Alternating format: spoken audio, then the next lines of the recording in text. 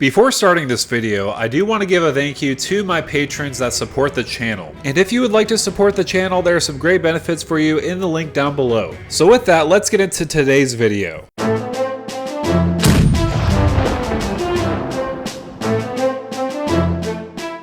What's going on YouTube? This is Devin coming back at you with another video today on Pub Stomp MTG. So today I'm going to upgrade the new Ahoy Mateys pre-constructed deck for the new Lost Caverns of Ixalan set. So out of all the precons, this is my second most anticipated to look at aside from the dinosaur precon.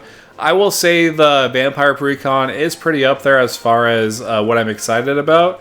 But the pirates are very cool and they were first introduced in Ixalan, same with dinosaurs. So this is a very exciting precon and full of really fun stuff overall. After looking at the deck list and everything, this is probably going to be a very fun deck to play around. This deck does have two commanders. The first commander is Admiral Brass, unsinkable. So for 2 blue, black, and a red, we have a human pirate. When it enters the battlefield, you mill 4 cards. And at the beginning of combat on your turn, you may return a target pirate card from your graveyard to the battlefield with a finality counter on it. Its base power and toughness is 4/4, and it gains haste until end of turn. So I feel like this is a pretty safe way of reanimating because of that finality counter. Instead of that creature dying and going into the graveyard with a finality counter, it'll go to exile instead. So this would be pretty brutal to play against if it didn't have that finality counter stipulation on it. But I'm kind of glad it did because it kind of makes it a little bit more interesting. So I feel like Admiral Brass is pretty powerful. We do also have a secondary commander, and that commander is Don Andres, the Renegade. So for 1 blue, black, and a red, each creature you control but don't own gets a +2/+2 and has menace and death touch and is a pirate in addition to its other types. Also, whenever you cast a non-creature spell you don't own, you create 2 tap treasure tokens. Also as a vampire pirate, which is really cool because it looks like it's somebody from the Legion of Dusk mixing in with the pirates. So I feel like this is a very cool interpretation of another commander in this deck. Plus having that full true pirate theme of stealing creatures, making them into your own crew, and on top of that, stealing spells to make treasure tokens is a pretty cool concept. I feel like this kind of commander deserves its own kind of deck tech, and I'll post it later on in the next couple days about this specific commander. However, I do want to focus on Admiral Brass because I feel like this is kind of the more focus we want to go around in this deck, because with Don Andres, you're going to be stealing a lot of different stuff. I feel like this kind of deserves like a one-on-one treatment compared to the whole entire deck. With that, let's first go over some of the new cards of the deck. So to give you an overview of this video, I first want to talk about some of the new cards in the deck because there's a lot of fun ones, especially one specific partner that I'm really excited to talk about. It's not powerful or anything, but it's very fun to discuss. Also, I did want to talk about the reprints of the deck because there's a lot of fun reprints as well. And then later on, I'm just going to talk about some of the new cards that you may want to put in the deck because I feel like, I mean, of course, with all precons, they do have their flaws.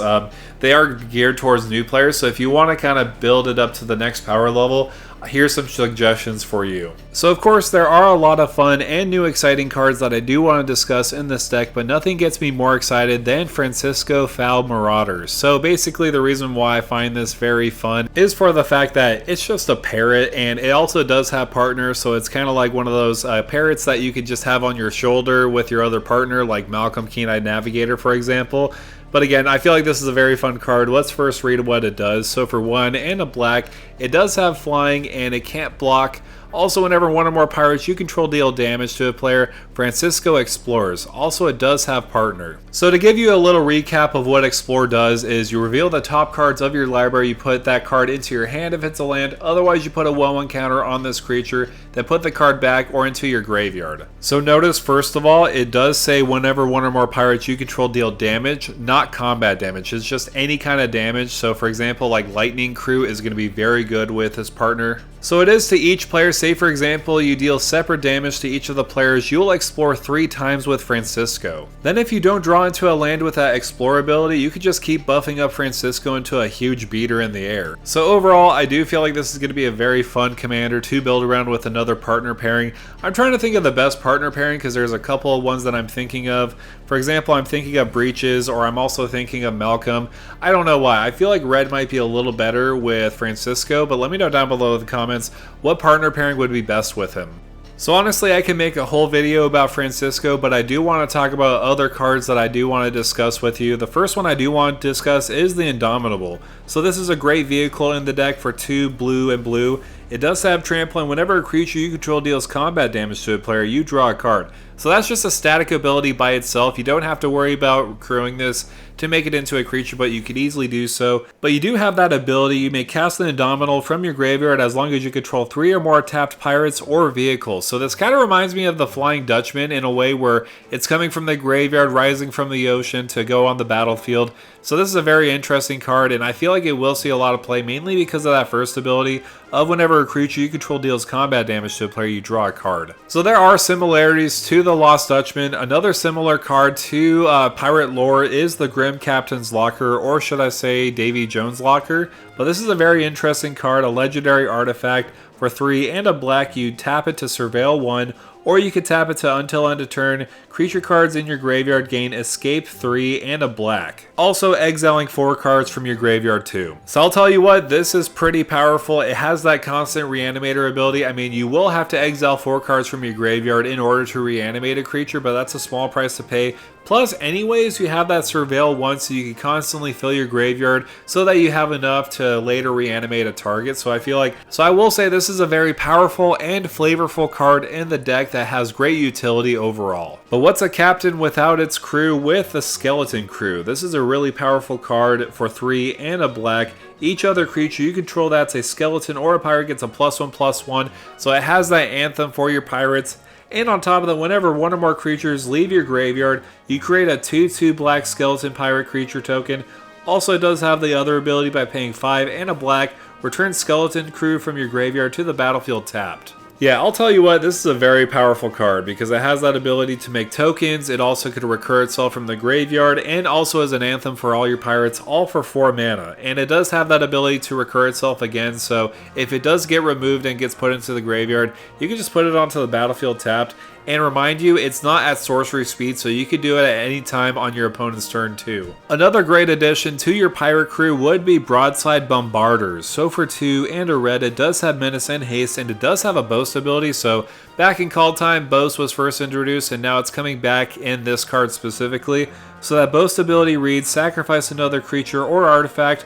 Broadside Bombarders deal damage equal to a 2+ the sacrifice permanent's mana value. Just to give you a little reminder what boast is you could only activate it if this creature attacked this turn and only once each turn. So overall, this could be a good removal piece if you have a huge artifact on the battlefield. You could deal a lot of damage by sacrificing it to any other target. You could remove a creature, or you could just remove a player if it's big enough. Aside from that, we do also have another fun pirate in the deck with Gem Cutter Buccaneers. So for 3 and a red, it's an Orc Pirate Artificer. Whenever it or another pirate enters the battlefield under your control, you create a tapped treasure token. So that by itself is pretty powerful. I mean, it is limiting making that treasure token enter the battlefield tapped, but that's a small price to pay. Also on top of that, treasure tokens you control are equipment in addition to their other types, and have equipped creature gets +2/+0, and equip pirate 1 and equip 3. So yeah, this could be pretty powerful if you have a lot of treasure lying around and you're not really necessarily using it. You could just use that treasure to make them into equipment and then make your creatures even bigger. So I will say this is one very good standout card in the deck. Aside from that, the other new cards didn't really pique my interest as much as the cards that I mentioned previously. However, I do want to talk about the new reprints of the set. First of all, I have to give a mention to Pitiless Plunderer. It's about time this card has been reprinted. It's like a $10 to $15 card, but now it's reprinted, and for good use because it's a very powerful ability. Even though it's an uncommon, it'll make treasure based off of creatures dying. So again, this is a very welcome reprint, and still it's going to be at uncommon, which is very nice. So I do like that this is an option in the deck too. Another option I did want to talk about is actually some partners. So for example, Malcolm Keen-Eyed Navigator, Breach's Brazen Plunderer, and also Ghost of Ramirez de Petro is also all in the deck. So what I feel like this is very interesting about the deck is you can kind of mix partner combinations and kind of make your own deck out of it. And especially because we do have Francisco in the deck, you do have like a couple different partner combinations you can utilize. The best out of the bunch is easily Malcolm Kenai Navigator, mainly because when you deal damage with a pirate, you're going to be making treasure, so this is going to be absolutely insane with treasure generation in the deck. Another worthy include to mention is Direfleet Ravager, mainly because it has that ability to make people lose the third of their life. You will include yourself, but because you are in an aggressive strategy, that's not going to matter too much because you're going to be pressuring your opponent's life totals even more. Speaking of pressuring our opponent's life totals, we do have Angrath's Marauders for 5 and 2 red. If a source you control would deal damage to a permanent or player, it deals double that damage instead to a permanent or player instead. So of course this is a good finisher in the deck. If we do have a huge army of pirates on the battlefield, we could swing in, deal double damage, and potentially go for the victory. But if you do want to ensure you can get that victory with Angrath's Marauders, you could also get some extra combats by using Port Razor for 3 and 2 red. Whenever it deals combat damage to a player, untap each creature you control. After this combat phase, there's an additional combat phase. Unfortunately, the downside of this card is Port Razor can't attack a player, it's already attacked this turn, so basically you could get up to about 2 extra combats on this turn. So again, this is a pretty aggressive deck, so Port Razor is a welcome reprint in this set. But if your opponent's board state is a little bit too much for you, it has a lot of creatures on the battlefield, you could easily use a card like Blood Money to get that job done, to remove all those creatures. For 5 and 2 black, destroy all creatures. For each non-token creature destroyed this way, you create a tapped treasure token. So yeah, this is excellent. You have 3 other opponents you are going to be facing. Say for example, each of them have 3 different creatures on the battlefield and you have 3 creatures yourself. You're going to be putting 12 tapped treasure tokens on the battlefield. Of course, those creatures can't be tokens, they have to be non-token creatures, but aside from that, this is still a very good board wipe and essentially kind of pays for itself over time. But if you're all about high risk, high reward, Black Market Connection is one of the best reprints in this entire deck. I think this climbed up to the $30 range, which is quite crazy to me, but it does have some very good versatility by giving you a treasure token at the beginning of upkeep, or you could draw a card, or you could also make a 3/2 colorless shapeshifter. All at the expense of life. The more stuff you want to get out of this, the more life you're going to be losing. If you choose all 5, you're going to be losing 6 life. If you choose to just create a treasure token and draw a card, you're just going to be losing 3 life. This is pretty versatile overall. You don't even have to choose any of them. So to be honest, this is very versatile. It ramps you ahead, gets you some card draw, and on top of that makes a token on the battlefield that could be any creature on the battlefield. So yeah, quite possibly one of the best reprints out of all the precons. But of course, like all decks, I feel like there's some cards to amp the power level just a little bit more. Some cards that I want to suggest for you is Cemetery Tampering, Unmarked Grave, and Entomb. Cemetery Tampering does have Hideaway 5, but that's not the beauty of it. At the beginning of your upkeep, you may mill 3 cards, then if there are 20 more cards in your graveyard, you may play the exiled card without paying its mana cost. So big reason why I like this is a constant way to mill cards in your library so that you can get a pirate to reanimate later. I do specifically like Entomb and Unmarked Grave because they're just tutors to put cards into the graveyard like your pirates you want to reanimate with Admiral Brass. These are just ways you can put pirates into your graveyard, then you can use reanimation spells like Patriarch's Bidding. Because we do have a pirate focus, this is going to be beautiful in our deck. Each player chooses a creature type. Each player returns all cards of a type of a chosen way from their graveyard to the battlefield. So of course, if you have like 5 pirates in the graveyard, you can just reanimate them all with Patriarch's Bidding. And so I do feel like you're going to get a lot of advantage out of this card here. But if you are reanimating with Admiral Brass, your creatures will enter the battlefield with a finality counter. Why not just remove them? You have cards like Soul Diviner and Feign the Broker. With Soul Diviner, it has the ability to tap it to remove a counter from an artifact, creature, land, or planeswalker you control, and you draw a card. So that's very easy to do. You could remove that finality counter and draw a card. So this is a benefit out of that. And same could be said for Feign the Broker, mainly because it has that second ability of removing a counter from a creature you control, and you create a treasure token. That's just absolutely fantastic. We're going to be using that more than the other abilities for sure. Other than that, what I do like about pirates is the fact that they're super aggressive, so we could use cards like Captain Vargas Wrath for blue and a red. Whenever it does attack, pirates you can control get +1/+1 until end of turn for each time you cast a commander from the command zone this game. This honestly may incentivize your opponents not to destroy your commander right away, because if they do and you recast it, you're going to keep buffing up your creatures during combat with this captain.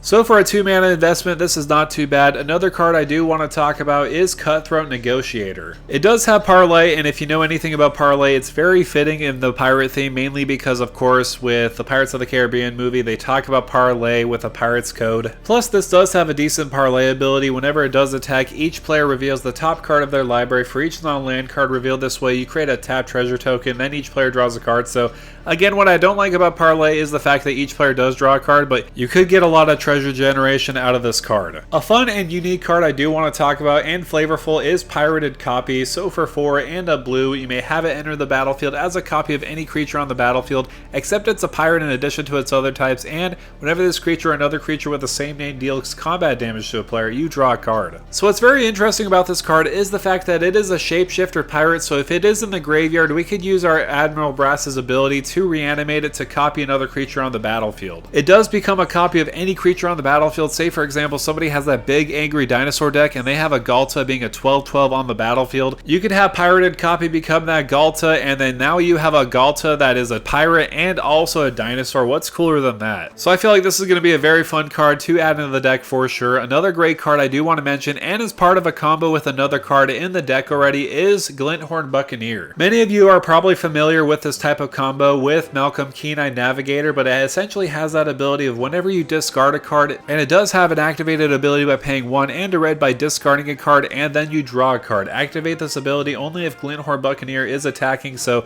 whenever you are discarding a card, you're going to be dealing that 1 damage to each opponent, and if you do have Malcolm Keen-Eyed Navigator on the battlefield, he will then make 3 treasure based off of the 3 damage you deal to each opponent with Glinthorn Buccaneer. Then using 2 of the 3 treasure you made with Malcolm, you could then pay into that ability with Glinthorn Buccaneer to repeat the process by discarding a card, then draw a card, then deal 1 damage to each opponent. This is a near infinite combo, mainly because it all depends on how much cards you do have in your deck. But if you do have like 41 or more cards in your library, you could definitely go for this combo for the win. However, that's going to do it for me, guys. Thank you guys so much for coming by and watching this video on upgrading the Ahoy Mateys pre-constructed deck. I'll tell you what, this deck is so fun and so interesting to look over with all the different cards and looking at all the new cards too, because there's a lot of fun ones. I'm talking about you, Francisco. I'm so excited to build around that commander specifically. I do plan on making a deck around Francisco, so stay tuned. It's coming out soon. I plan on making a secret commander deck with that, with the Grim Captain too, so you better watch out in the next couple days because it's coming. Aside from that, what do you guys think of this pre-constructed deck? Do you plan on buying it for yourself? Make sure to like, share, and subscribe to the channel. With that out of the way, thank you for stomping by.